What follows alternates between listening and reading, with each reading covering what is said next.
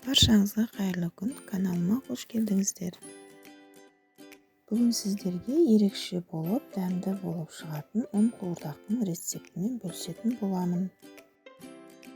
Маңызды сәттерін өткізіп алмас үшін видеоны соңына дейін қараңыздар.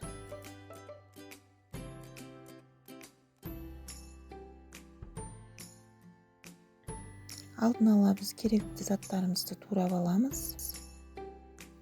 Етімізді осылай ұзыншалап тураңыздар. Менде сиыр еті, қойдың еті, жылқының еті де жарай береді. Одан соң пияз, сәбіз, картопты дәл видеодағыдай етіп тураңыздар.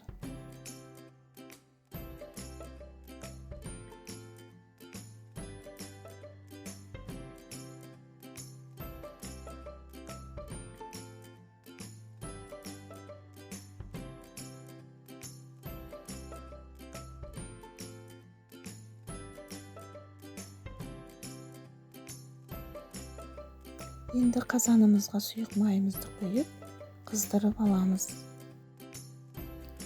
Қызып тұрған майға пиязды салып, қызарғанша қуырып алыңыздар. Одан соң етімізді салып, 5-10 минут қуырып аламыз. Енді сәбіз бен картопымызды салып, үстіне тұз, паприка саламыз.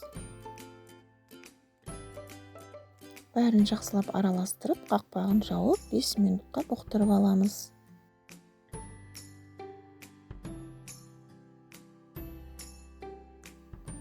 Енді үстіне етіміз батқанша су құямыз. Қазанымыз қайнап жатқан кезде қамырымызды илеп аламыз.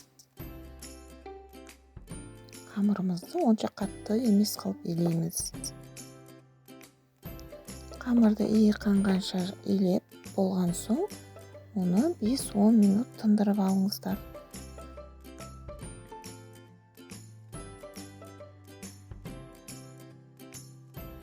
Егер осы рецепт ұнап жатса, комментарийға пікірлеріңізді жаза кетіңіздер.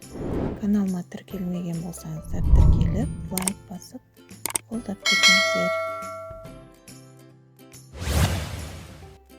Қамырымызды бешбармақтың қамырында етіп, жұқа етіп жайып аламыз.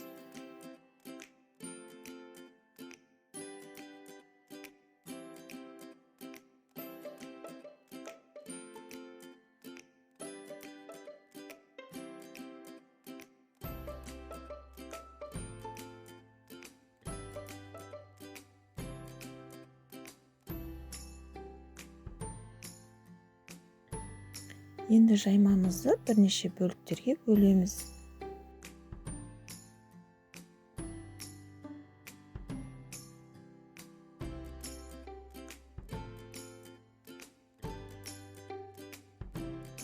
Қызып тұрған табада екі жағын кептіріп аламыз.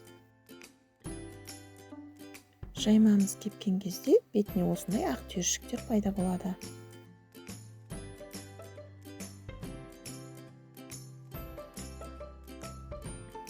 Кепкен жаймамызды осылай жылы күйінде майдалап кесіп шығамыз.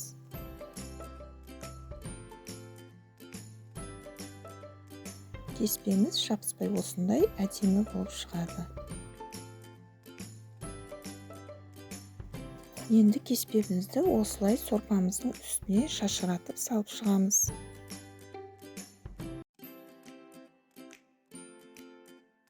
Осылай жайып болған соң, 2 ас қасық сұйық майды бетіне шашыратып құямыз.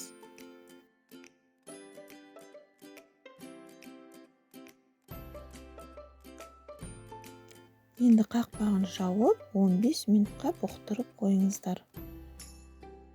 Неге 15 минут өтті, тамағымыз дайын болды. Енді осылай барлығын жақсылап араластырамыз.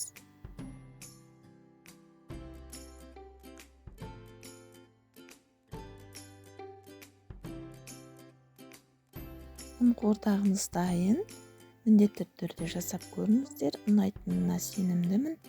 Егер рецепт ұнаса, каналыма тіркеліп, лайк басып, комментарийға пікірлеріңізді жаза кетіңіздер. Назарларыңызға рахмет. келесі видеода көріскенше.